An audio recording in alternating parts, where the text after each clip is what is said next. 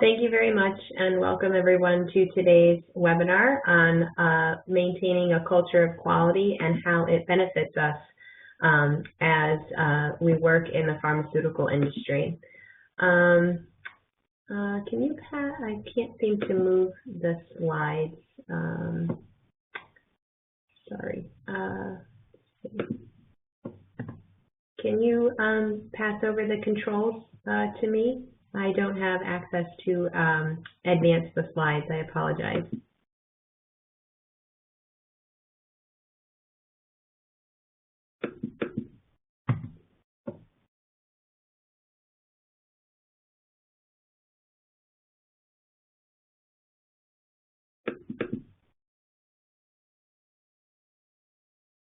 Excuse me, Sarah, can you please pass over the controls so I can move the slides?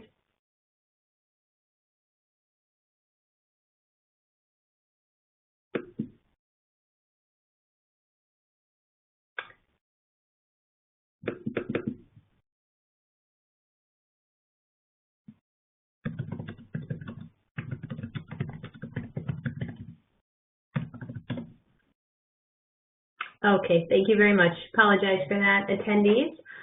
We'll get started now. We're going to do a lot of talking today about something that really doesn't get spoken about in a lot of training webinars. We're constantly trying to, do better with our deviations or change controls, maybe supplier audits. I do a lot of those webinars over the courses of the week, but this webinar is a little bit different. We're talking about how to maintain that culture of quality at our firm or in our environment. We're going to have some learning objectives today. First, we're going to take a look at how that culture of quality is one that not only affects the quality department, but really everyone in the organization. And that goes to upper management, to marketing and sales, to maintenance. Everyone in that organization really should understand and be part of a culture of quality. We need to discover that organizations are the ones that are going to foster the development of culture, that culture of quality. Usually when you have a very strong culture of quality, you don't have as many people leaving the company. You have people that remain loyal to the company. They're less frustrated. And when you get those yearly regulatory inspections, they do become a little bit more successful and a little bit more easy to handle. The only thing that we need to understand really to get this started is you need commitment from your upper management. Managers need to be on board with sustaining this benefit, making sure that they give you the resources to make sure that you can be successful in maintaining your culture of quality. And then also, when we get into the webinar, we're going to learn how we can set some goals for our organization so that we can build and foster that culture of quality. Just a quick comic that I like to begin with. It says, "You fool, it's not about the tools, it's about the culture." And, we really think about this when we're, going into a lot of the training sessions. They're giving us lots of tools, checklists, new software programs, new initiatives, new, what I like to call flavor of the day, quality initiatives. That's great, and they're all, they all look very good on paper. But when these are all just, small instruments really in the big picture. The tools are great, but the culture really needs to evolve in order for the quality culture to take off. This is a quick schematic out of a book by Harvey in 2007, where he actually demonstrated or wrote down what he thought the characteristics of a quality culture would be. We really need to look at these and look at our own firm and see if we have any of these in our firm. Let's talk about welcomes external critical evaluation. So that's when you're getting audited, whether it be by vendors or regulatory agencies, allowing them to come in and accepting what they're telling you, kind of taking that hard look at yourself as an organization. facilitating and encouraging reflexivity, making sure that you are, very reflexive, making sure that you're encouraging and fostering that environment where people feel like they can, bounce some things off of you as management, and you won't get penalized if you have a new idea. Making sure you have a clear purpose, having accountability, and also wanting to improve, placing learning and students at the center of the program, and not looking at just management, really trying to get the shop floor quality group on the floor, looking at a lot of the different things that are going on in manufacturing and in the laboratory, and enabling those individuals to have a chance to tell you what they would think would be a beneficial, a new procedure, or maybe a change, or maybe a new idea. Making sure that you have a partnership and cooperation, a sharing and team working environment, that's key. Making sure that your stakeholders do believe in the quality system, and having leadership that is really inspirational rather than dictatorial.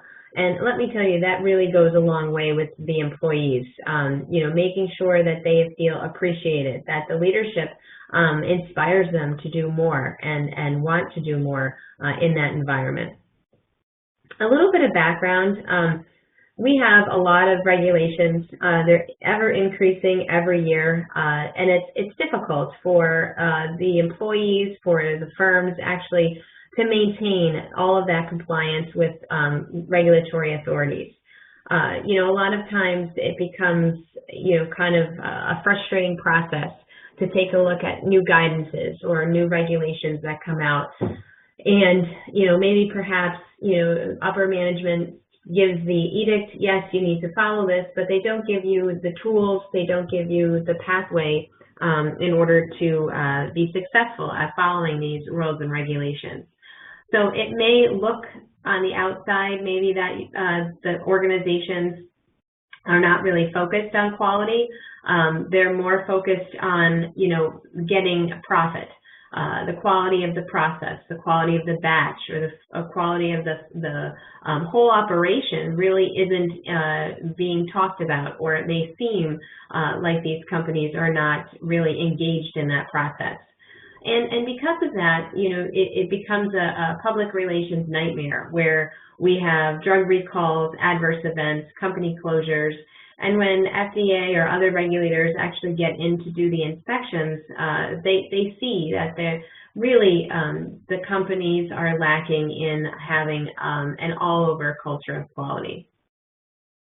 When you look up the definition of culture of quality, it is defined as a pattern of human habit, beliefs, and behavior concerning quality. There are a lot of different approaches that have talked about quality in the past. We call that traditional quality management approaches. We talk about quality management systems, work process design. They are all very good tools. They help companies really search for errors, but they don't do a lot in creating additional value. So, we're looking at risk management, where do we go wrong? How can we improve the process? But they don't really take into account anything other than just that. When you start to construct and really mold that culture of quality, there are a lot of benefits. They can reduce errors. They can really unlock sources of value through improved customer service, experience, and employee productivity.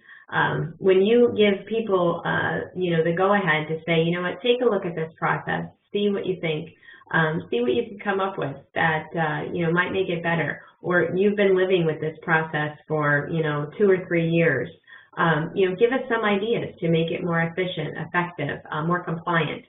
That is the stuff that's going to emphasize continuous improvement, a healthy workplace, satisfied customers, and your organization will definitely be successful. Harvey and Green in 1993 did a great job of outlining the nature of quality culture, which at that time was seen as a function of the manufacturing industry. So I pulled out a few things that I thought were interesting in their article. They defined it as the culture of quality is one in which everyone in the organization, not just the quality controllers, are responsible for quality, and we've talked about that. They talk about the central feature of organizations with the culture of quality, that we have a worker or a team of workers is both a customer of and a supplier to other workers in the organization. So they have a chain of internal customers and suppliers. I've worked at some firms where this worked very, very well. I was in many different departments. One example would be the batch review, batch record review and batch release department, where we were a customer of the manufacturing departments. They would provide us with the batch records. We would give them back, what we reviewed, some corrections they need to make. So we were their customer. We also were the supplier of, results to our colleagues on the other side of the quality unit, and they would receive the, the go-ahead to release that batch.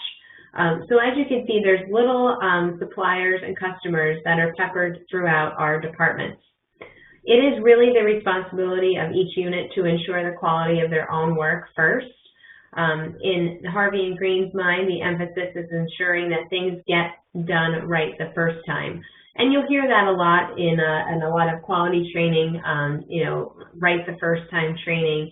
A lot of companies like to do metrics where they see how many batches have been made right the first time, meaning, without any deviations or any type of non-conformances.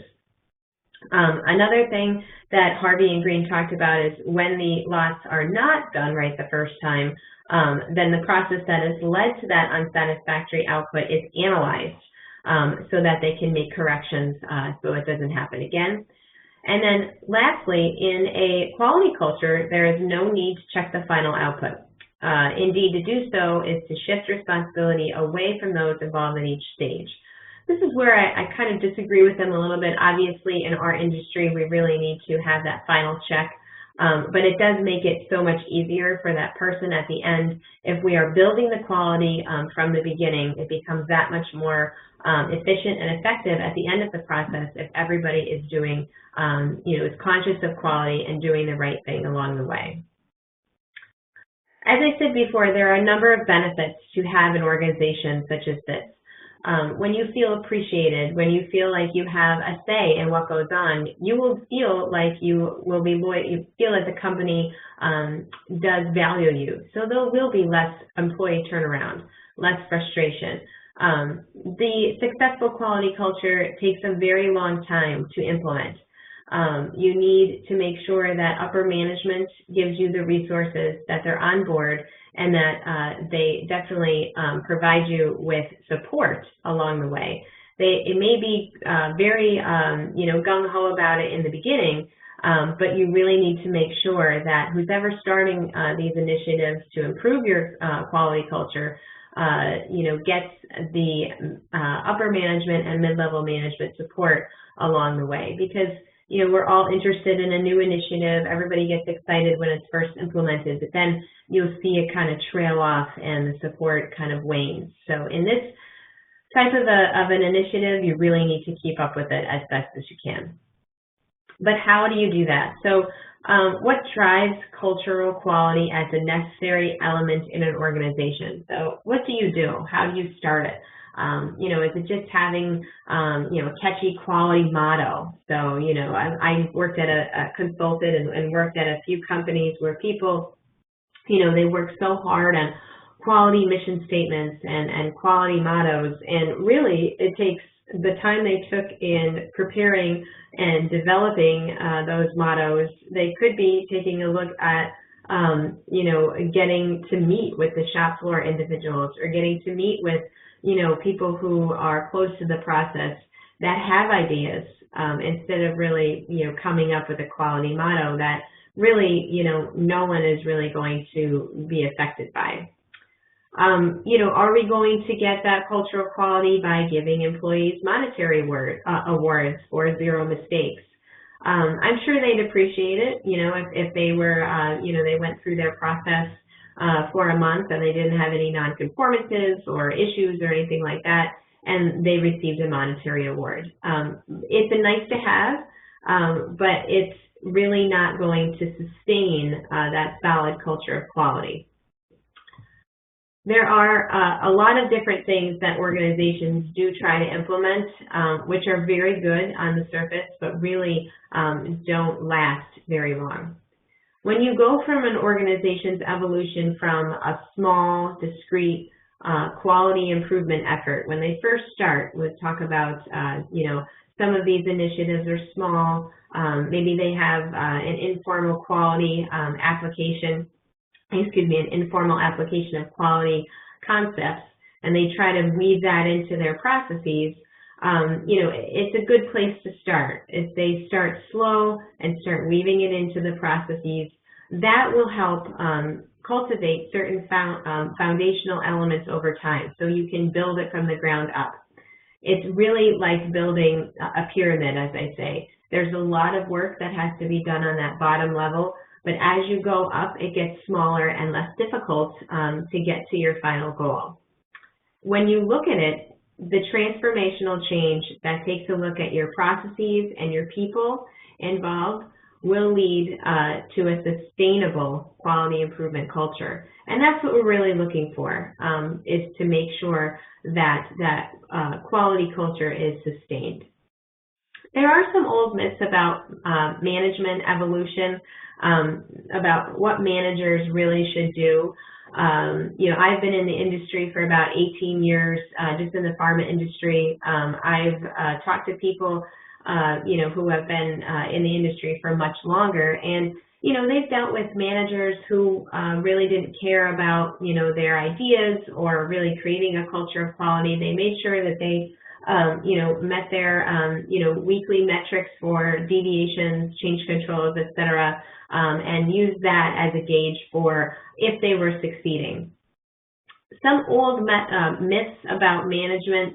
Management used to think maybe that quality was expensive and it lowers productivity. It's intangible and can't be managed. A lot of times you'll see a little bit of this still peppered throughout the pharma industry. If it's between being compliant or maybe being a little bit more efficient, with something, I would say that they would err on the side of efficiency, as long as maybe they can defend what they are doing in front of the FDA or another regulatory agency. So, sometimes upper management may think that quality is expensive still in today's day and age, but I think they are a little bit more apt to go along with implementing a change as long as it's going to make them, more pleasing to the regulatory agencies. Another myth was poor quality means poor workers, and that's not the case. Sometimes they don't have the appropriate tools that they need in order to do a quality job. Quality is the responsibility of the quality professionals. So we have our individuals in marketing and sales and maintenance and metrology, in all of those, in the warehouse and in the logistics department. We have all of these other, extraneous departments that are necessary for the release of and the sales of our batches, but they only think that the quality needs to be, dealt with by the quality people who are in those departments, quality assurance, quality control, etc. And sometimes they often think that quality is not a major issue, that it has little impact on the company.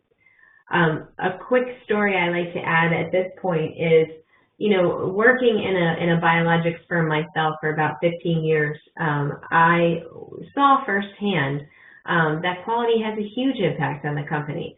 There was always a small group of quality professionals, along with some manufacturing individuals, where we were responsible for every regulatory inspection. There may have been about 30 to 40 of us that were involved in all of the regulatory agency inspections out of a company of over 2,000. The FDA would knock on the door, or another reg agency would knock on the door, and those 40 people would mobilize. The people in the planning department or the warehouse or, down, in marketing and sales, they would have absolutely no idea that the FDA or a regulatory agency showed up. they would go about their daily business. Maybe later on in the day, they'd be like, "Oh, I heard we're being inspected today." And, that's where you kind of take a look at it and say, they may not think that it's a big deal that FAA is there, but these 40 people in the quality department and other departments that support it are really responsible for making sure that the company maintains its good standing with the agency. So quality has a huge impact on the company, even if it's done by only a few people, and that small group of people are so important, to the quality culture of those organizations. Luckily, we've kind of come full circle, and in today's day and age, in the present time, there are some new management ideals. We're instructing those reporting to them on the principles of quality. So there's a lot more talk about quality, a lot more training on quality. We're responsible for really promoting the company's quality image to the outside world. I worked in quality for my entire career, whether it be in the laboratory or in another type of, quality environment, batch release, sterility assurance, compliance, you name it. I've worked in the quality arena. And that was really our job, is to really, when I would talk to my friends and other colleagues from other companies and family members, we really did promote how, we did everything in a quality manner, and we really did have a good culture of quality. We were constantly learning about more quality. There are a ton of trainings, just like the one you're attending now. Back 10 years ago, we wouldn't have trainings on quality.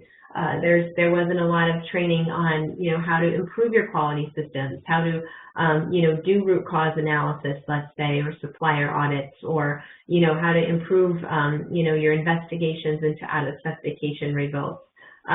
We are constantly perpetuating that education and learning more about quality. We observe companies that are role models. So many times in some of my training, we had taken a look at other companies, non-pharma companies, as well, that have done a great job in promoting that culture of quality. And another thing that is interesting is a lot of firms now link their managers' compensation to quality. A lot of times it used to be just linked to how many units you got at the door, if you met your quota. But now it's kind of, we still have that, but now we have another element of, how many lots have you gotten out the door, and they met the quality standard. So, the evolution of management has come a long way, I think, because the public is now interested in, making sure that they're receiving safe, pure, effective drug products from us. So, a lot of this is definitely coming to play. Upper management, again, as I said before, making sure that they're committed to building that culture is very, very important. They're sending that message of quality is key to our success as an organization. So many times you may have gone to CEO meetings when they come in maybe once or twice a year and do all hands meetings, let's say, with their company representatives and colleagues.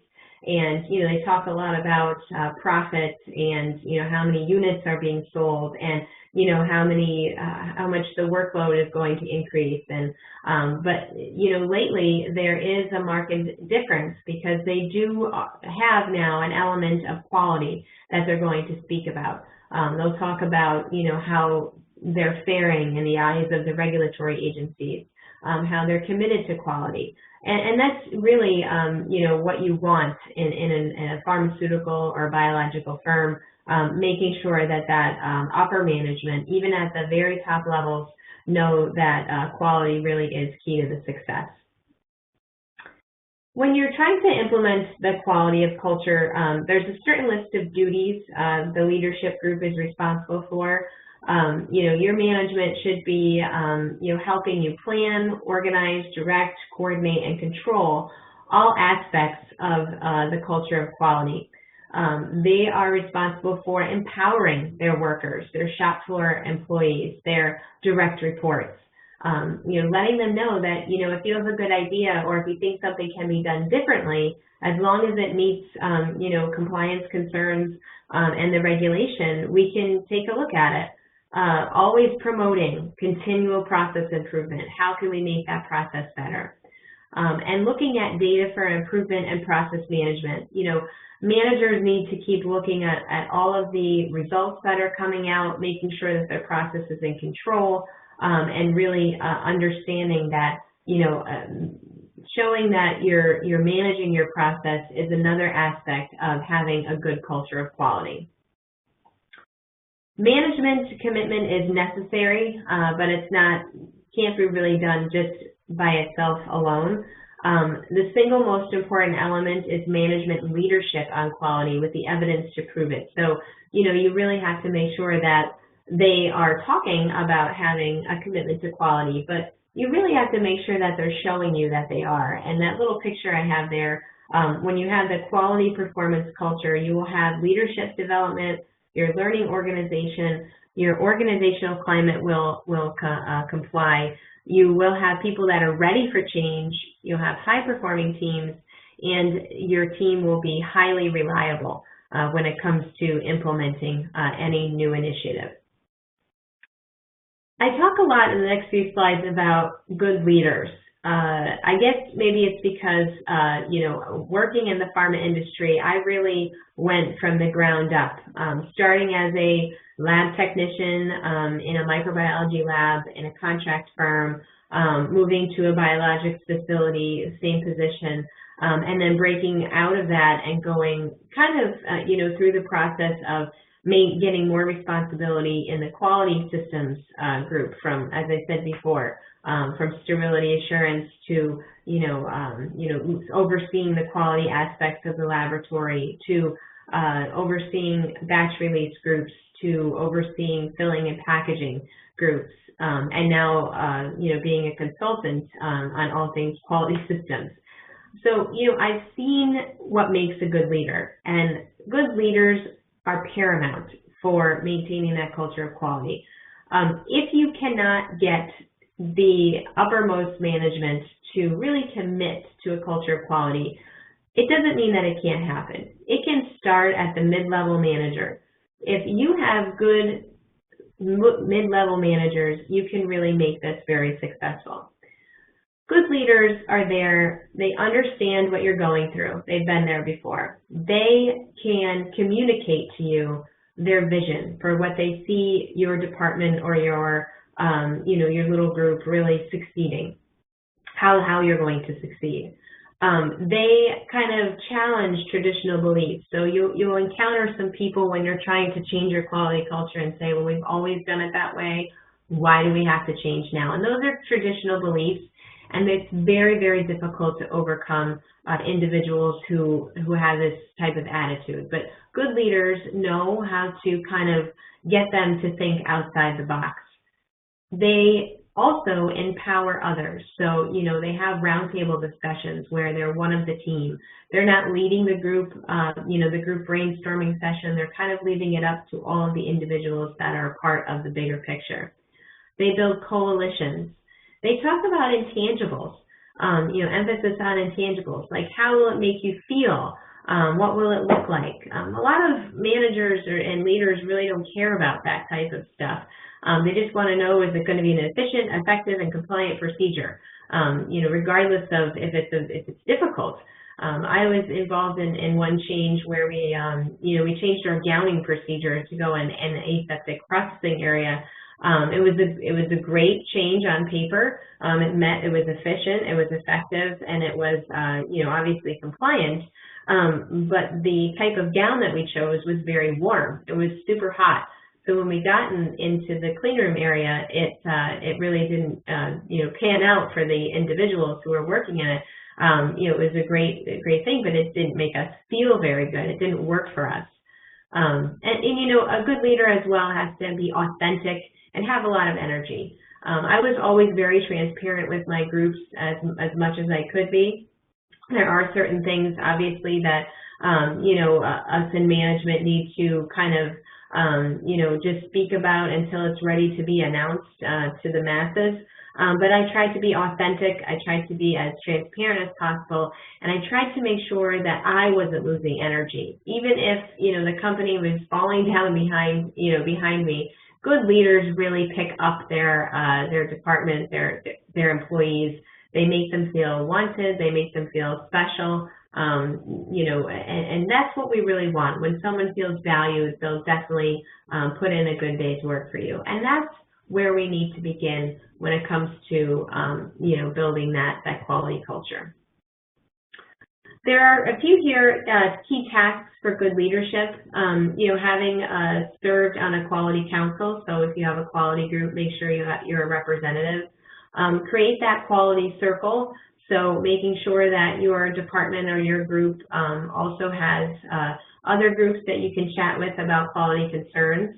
Having quality goals is key. Making sure that your groups have resources in order to implement what you're talking about. Send them to problem-oriented training.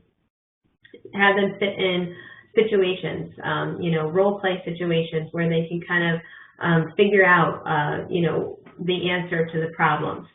Have the leader serve on an upper management quality improvement team. So, upper management will start these initiatives. Make sure that you are a part of them. If not you, but maybe someone, a representative from your department. Provide reward and recognition as well. As I said before, it doesn't always need to be in the form of a monetary,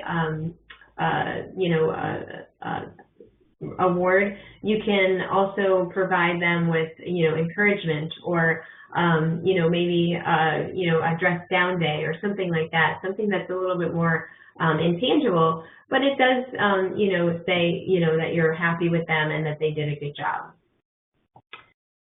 There are a few management styles that sometimes are good and sometimes are not so good when you're trying to develop this culture of quality. Upper management really should spend time on these activities and really show that they are committed by what we like to call walking the talk. So they can talk a lot about we're going to, have more presence on the shop floor, et cetera. But, you really have to, have them actually demonstrate that they're committed. Upper management groups maybe should lead some quality training. A lot of times they're just stuck up in their office. They're very busy people, so I understand, but, have them come down and be one-on-one with the group and leading that quality training. And maybe even forming that quality improvement team and having them be the chair of that team so that your employees know that this is a really big initiative and it should be, thought of as that by shop floor employees. I have here a few management styles that are successful, coaching, pace setting, demonstrative, affiliative, authoritative, and I think that's supposed to be cooperative. I apologize for the typo. But a lot of these different management styles are successful. The most successful, however, is pace setting. So you are setting a pace. You yourself are, showing your employees that, yes, this is what we're doing, talking to them about the initiative, getting together some maybe right first time teams, sitting with them, talking with them, having weekly meetings with them on the culture of quality, and really trying to build that from the ground up. The leadership group should have some metrics linked to their own financial bonuses, like I talked about a little bit before. Maybe having upper management or leadership come down to walk through the shop floor, chat with the employees, have them kind of see what it's like as a day in the life. I often like to watch the show Undercover Boss. That's actually on. Sometimes these CEOs actually go undercover as just regular employees and see and actually live a day in the life of one of their employees, whether it be a truck driver, a janitor, maybe a behind the counter person. It really does open their eyes to some of the issues that these people faced. And this is kind of the same concept, having upper management come out of their offices, come out of all of their busy meetings, and just maybe spend an hour on the shop floor to see exactly how things are going. If there's any building concerns or maybe things that need to get fixed, that would be a great time to show them, like, hey, we've had this hole in the wall for, for a month. I can't get, resources to fix it. Or, we've had a leak over here for, such and such time. Can we take a look at that? It really goes far with the employees because they see the leaders are serious about quality. And I can't tell you how this goes. The employees really, really appreciate it. At first, they may be a little bit standoffish, like, oh, they left their big offices to come, meet with us. But if it becomes consistent and they get to see, these leaders coming down on a weekly basis, it really does, become more apparent to the shop floor and to the manufacturing individuals that, yes, my company and my leaders are focused on quality. Switching gears here a little bit on the elements of a quality culture. Having a good attitude, making sure you're structured appropriately, making sure you're giving good information. That empowerment, as I said before, goes really far. Having opportunities for these individuals for career development, recognizing them, and really fostering that family bond is very key. You want to have some strategic elements as well. Have some long-term goals to the quality improvement process. Make sure that it's not just, a one-time thing. Have a quality strategy, and all of the other strategies that you may have pertaining to profit and safety really should be aligned with that quality strategy. And then having strategic quality planning, following a written procedure called that strategic plan, which is, you may have 5 or 6, elements of your strategic plan, but make sure that quality is definitely one big pillar of that strategic plan. Initiating the change, as I said before, it does take quite a while to start, interworking a lot of these, initiatives into your, from the ground up. It is a little bit of a radical change that impacts both managers and workers. If you already have, a semblance of a quality culture, which most of you do because I'm sure that you follow quality systems, it shouldn't be super radical. It does take time to accomplish the effort, and it does take time to see significant results. So, I don't want anyone to get, upset or impatient if you don't see that this takes off in a few months. It does take time. It does take, a while to change the culture. You can begin, as I said before, to introduce quality improvement projects as one of the first of many projects. I would pick maybe one type of initiative. When I tried this in another company, we first looked at, one of our product lines, and then we looked at what we can improve to make it a little bit better. And we decided to do, right first time when it comes to the communication between, manufacturing, the laboratory, and quality. We looked at that whole communication process, how the batch records get to the quality group, how the lab results get to the quality batch release group, etc. So, you don't necessarily have to look at, making more money or making more products. You're looking at your established processes and seeing, where we can instill some more quality, making it work better, making, kind of weaving that culture of quality, from the ground up. Developing your infrastructure is very important. You have to have systems and structure in place to support this initiative. And you need to be aligned with your company's mission, their vision, and their strategic plan. And again, linking it to individual performance is also, would be very beneficial. A lot of times firms will actually form a quality performance improvement review board. They'll take a look at the firm's quality program. They oversee the implementation of this initiative. They will implement, evaluate, and revise the plan as they see fit. And they'll give you support resources for your improvement projects, and they'll begin to review and recommend next steps as people funnel in with their results.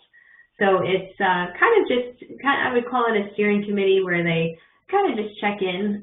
I like to roll out, defining our quality culture as, not more of a, weekly check-in with metrics, but really just getting a feel for, looking at some of the processes and seeing if people's ways of thinking are changing, if they do have quality on the mind, and if some of the different things, the softer type of things that we're implementing actually are working. Getting employees engaged in this initiative is very important. It's a technique that is simple, but it's powerful. Raises, promotions, they're all great and employees will love them, but they don't have a lasting effect. I'm seeing it now. My husband actually is in the pharma industry as well, was able to give some of his direct reports raises, promotions last year, and believe it or not, they are actually now, leaving to go to other companies. And when he's asking them why, I just gave you, a pretty significant raise, I gave you a promotion, their common theme is that not he himself, but the company doesn't value them as employees, and they are not creating a culture of quality where they feel that, the company is on a good path. So, it's interesting when you can see it happening, firsthand. Giving employees positive reinforcement for a job well done. The raises, the money, as I said before, it's great. But, asking a person, hey, Sally, how do you think this should be handled? Kind of calling her out, maybe even putting Sally on the spot because she's an expert in that process and maybe she can give you some help. Improved and rewarding a team with a dress down day or a work from home day. My husband is able to get one work from home day a week, and he looks forward to that day every week, excuse me. The company, some companies do have dress down days because their dress code is dress casual. I would love those when I worked in industry. Just wearing a pair of jeans and a t-shirt to work really made it much more comfortable, and I actually felt, oddly enough, more productive. The employees really feel valued and appreciated, which is a really crucial step to sustaining a culture of quality. They will be more focused on their work. They will be willing to do more for you, more for the company. They'll be, more careful. You'll see that your mistakes will lessen. When you really truly value your employees, you'll see benefits, for years to come. To ensure action on quality, a starting point is to create and disseminate information on the current status of quality. So, an interesting way to start, if you're going to start this initiative, is to kind of tell everybody where we are now. So I would be very blunt and say, our quality, on a scale to 1 to 10, I would, I would classify it here, and we want to get here. So, kind of give them a present state of affairs very honestly, as much as you can, and then really explain to them where you want to go, where you see yourself in X amount of time. If you have employees that are, temporary workers, if they are second shift, third shift, make sure that you include all of those different, those shifts in your rollout so that they can get the same message. Maintaining an awareness of quality and coupled with that, making sure your employees stay engaged, it's definitely a tightrope act. You have to sustain that message of quality by continuously reinforcing it. Having those metrics, quality measurement versus metrics, metrics are a way to show that you're doing the right thing. You're producing batches with less errors. You have less, mistakes on your batch records. We had less, going back and forth with the batch records. We had, we got the results really quickly, et cetera. Just minor, things that really, if they go wrong, it makes the process that much slower. But if they go right, it really does help the process. Report and quality can be highly effective. So report what you're seeing. Report if you're seeing, good things happening in the quality arena. Make some posters, improve quality 101, or, have it peppered around your area that, quality is number one. A lot of times in my batch release group, we would have quotas. We would need to, release X amount of doses of a product in a certain amount of time.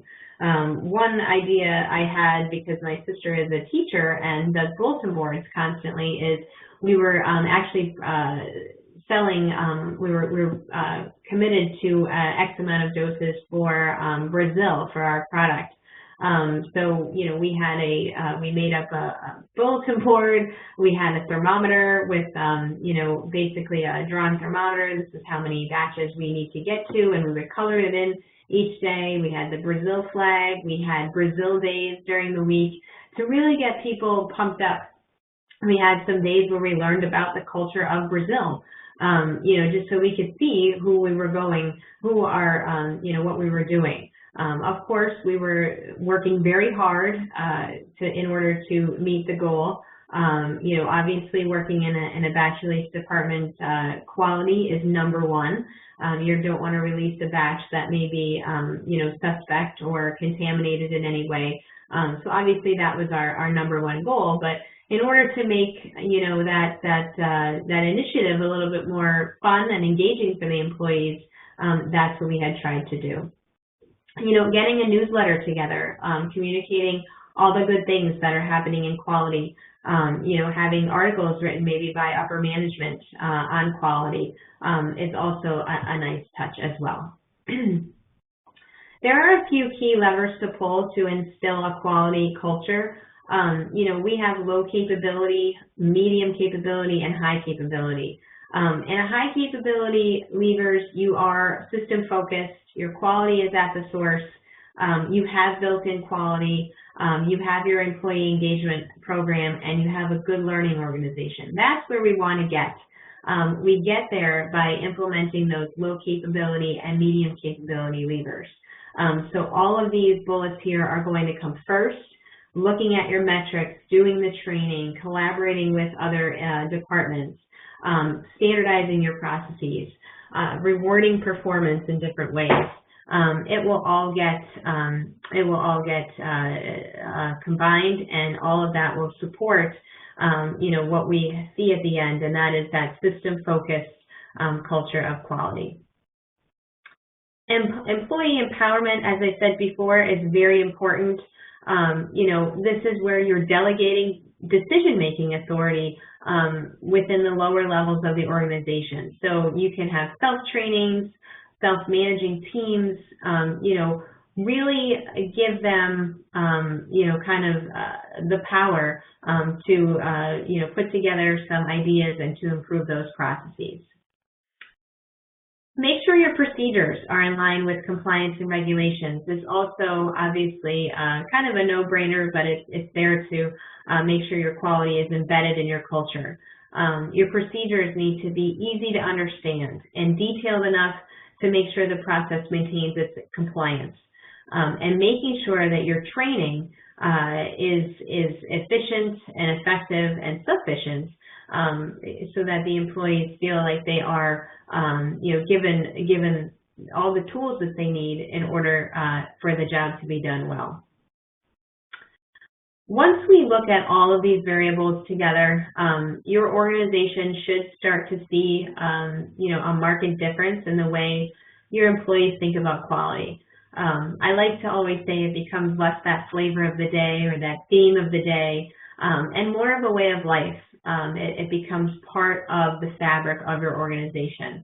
The whole process, as I said, does take some time, but it shouldn't take too much time or too many resources if you already have elements of it present.